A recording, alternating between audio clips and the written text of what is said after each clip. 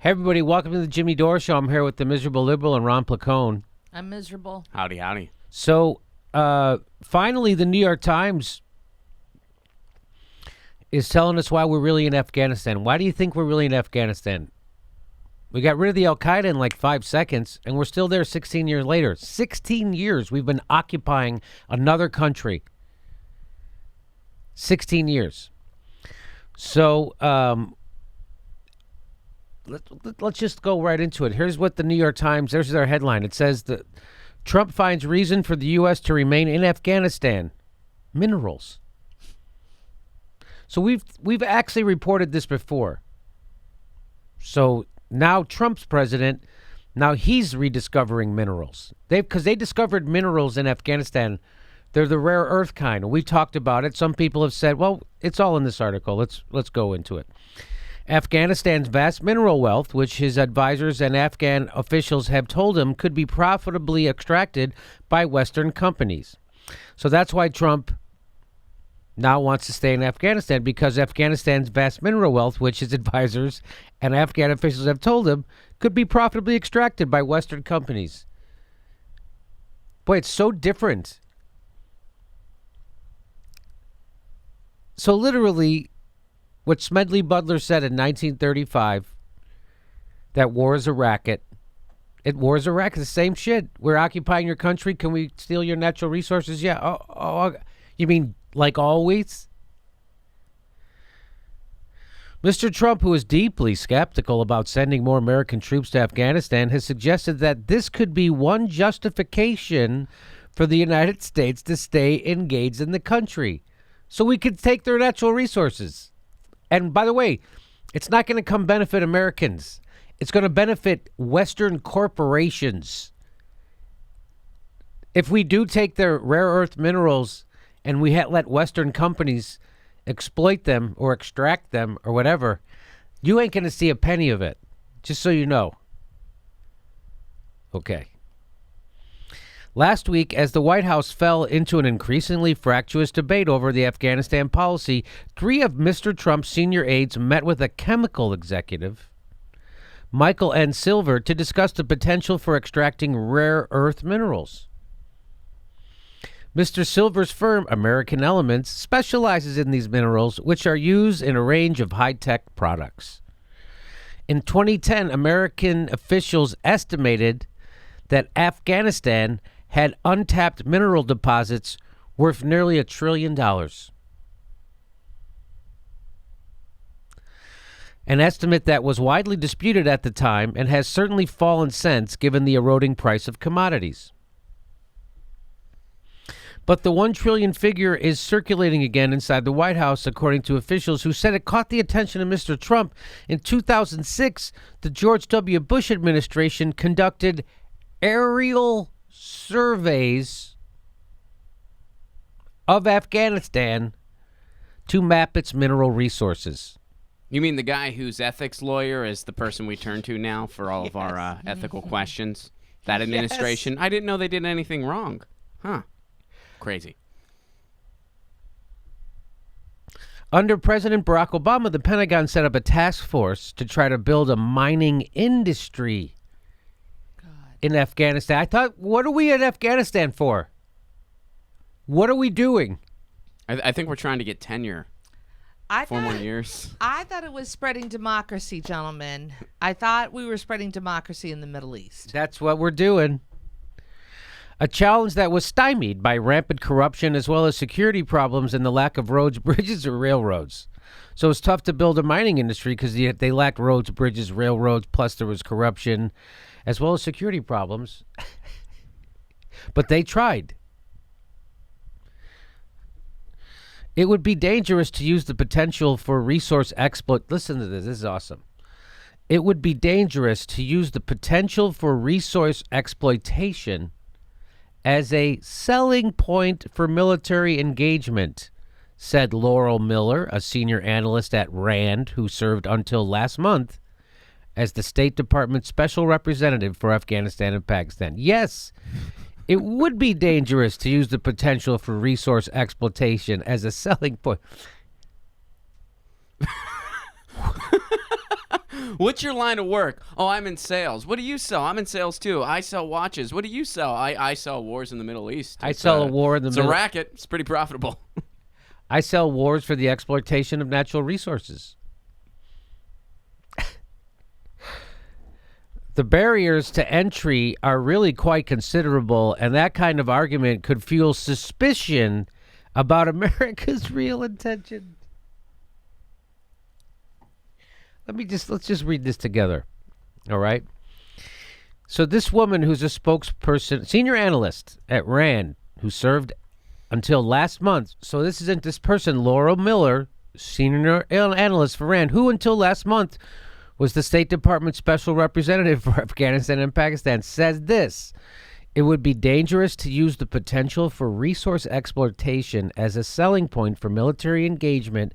The barriers to entry are really quite considerable, and that kind of argument could fuel suspicion about America's real intentions in Afghanistan. Because none of those have happened yet. No one's been suspicious. Up until now, 16 years, we're starting to wonder. Yeah, you don't want to do that. You don't want to tell people. Well, she's really saying is you don't want to tell people the real reason why we're there, because it would fuel suspicion about the real reason why we're there. Right? Yeah, pretty much. Why are we there? What is even the reason they give anymore? We're trying to get the government that we're propping up in Afghanistan to be strong enough to defeat the people who live in Afghanistan, meaning the Taliban. So we have to get them propped up and make them strong enough so that they can defeat the Taliban, which they can't defeat now without our help. So we're trying to tell another country how to run its country. That's what we're doing. Mm-hmm. Well, we're spreading democracy to them. We've mastered it here, and now we're sharing it. We've mastered it. We've mastered it. 40% of the elections in this century went to the person who lost for president. 40%. 40% of the elections in this century went to the person who lost the vote. In the United States, we're going to spread that around. We want to spread that around. So I don't even, so the reason they give now for why we're still there is that we have to shore up the Afghan government's military so they can defend themselves against the Taliban. And apparently 16 years is not enough. No. We got to go for a nice round 20. Yeah, so they're going to be training that Afghan army until they're all old enough to retire. Right? So you spend 20 years, you can retire, right? The military, if you can spend 20 years, well, 16, 4 more years, they can all retire. And then they got to train a whole new one. So and then they got to let's just reset that clock. Yeah. My brain is exploding that we're in Afghanistan. I don't even understand it. And I know we keep saying stuff like, this is our longest war that we've ever been in. This is super long. This is 16 years and counting. Wasn't it Russia that they were there for like 9 years? The war can legally get a license now. The war can drive. And pretty soon the war will be able to drink. Mm-hmm. Yeah. It'll be able to vote in 2 years. Yep. 4 more years they'll be able to retire. It's unbelievable stuff. There's more to this article. It says officials said he viewed mining, meaning Trump, as a win-win that could boost the country's economy, generate jobs for Americans, and give the United States a valuable new beachhead in the market for rare earth minerals, which has been all but monopolized by China. So that's how you could use war, endless war. You could use it to steal resources. Officials said Mr. Trump was determined not to spend American lives and treasure in Afghanistan, only to watch China lock up its rare earth deposits. Huh. What the fuck? It's either China or Russia. They're rare earth deposits, which are used to make products from the wind turbines from wind turbines to computer chips. We're not a big fan of those wind turbines, though. That's not really. Yeah. We didn't just have thousands of soldiers die here so you guys could keep your minerals. That's what they're saying. I didn't have spent all this money over here and all these dead soldiers so you guys could keep your... We got to get something. We got to get payback. I'm not just going to let China come in after we've been here bombing people for 16 years. Those are our bombs. We get to keep it. That's what they're saying. Mr. Trump's interest also reflects how his military advisors... Get this. How his military advisors have struggled to present him with other persuasive reasons to send troops to the country. So their whole job is to sit there and try to figure out a reason to give Trump that he would find acceptable to send more troops to Afghanistan. That's what that paragraph says to me. Their whole job, they're struggling to find reason. We got to send troops. Why? Well, because that's what we do. But why do you want to tell? Well, we have to come up with a reason. Like their default position is we got to send more troops to Afghanistan. We got to keep the wars going. Why? That's what we do. But now we have to come up with a reason that's acceptable to you.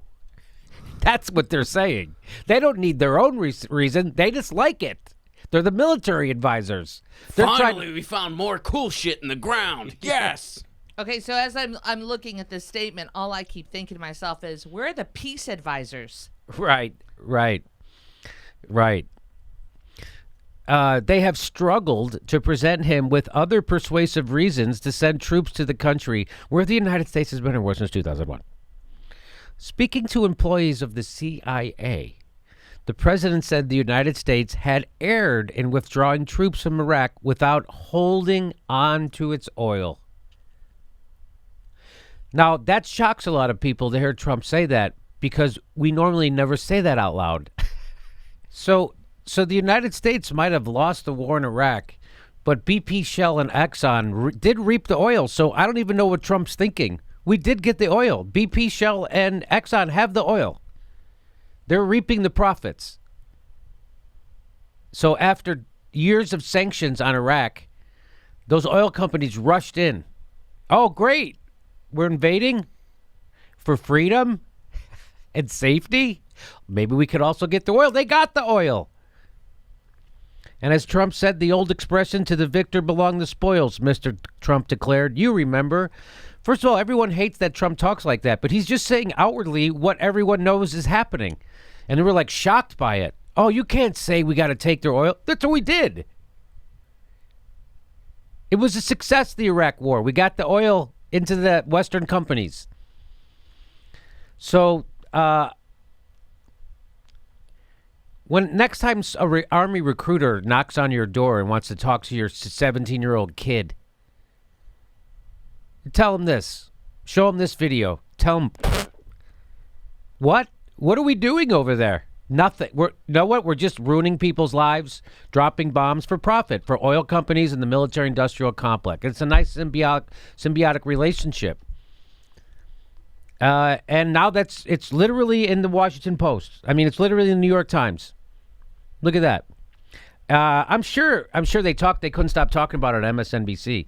This article came out July 25th. I like how it almost reads like it's like a victory, too. Yeah. Like they're like, we found a reason. Awesome. We're sticking around, guys. Sleep tight. We're still going to be there. So I'm shocked that made it into the New York Times. But they often will print stuff like that. But again, it's not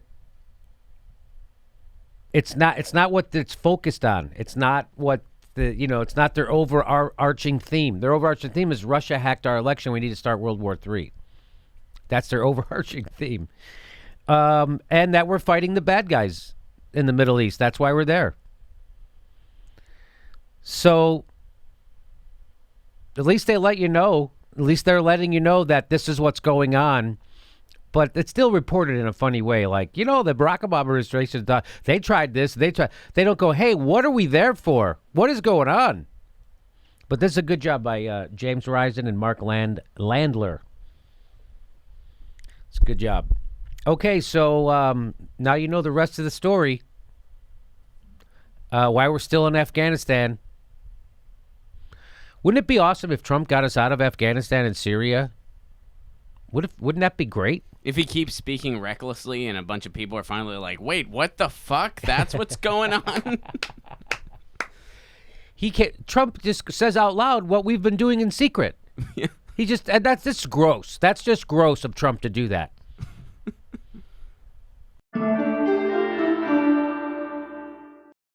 Hey, everybody, the next live Jimmy Dore show is August 16th. That's a Wednesday, new time, 9 p.m. 9 p.m. show. 9 p.m. show, August 16th in Burbank, California. Get your tickets right there or at jimmydorecomedy.com.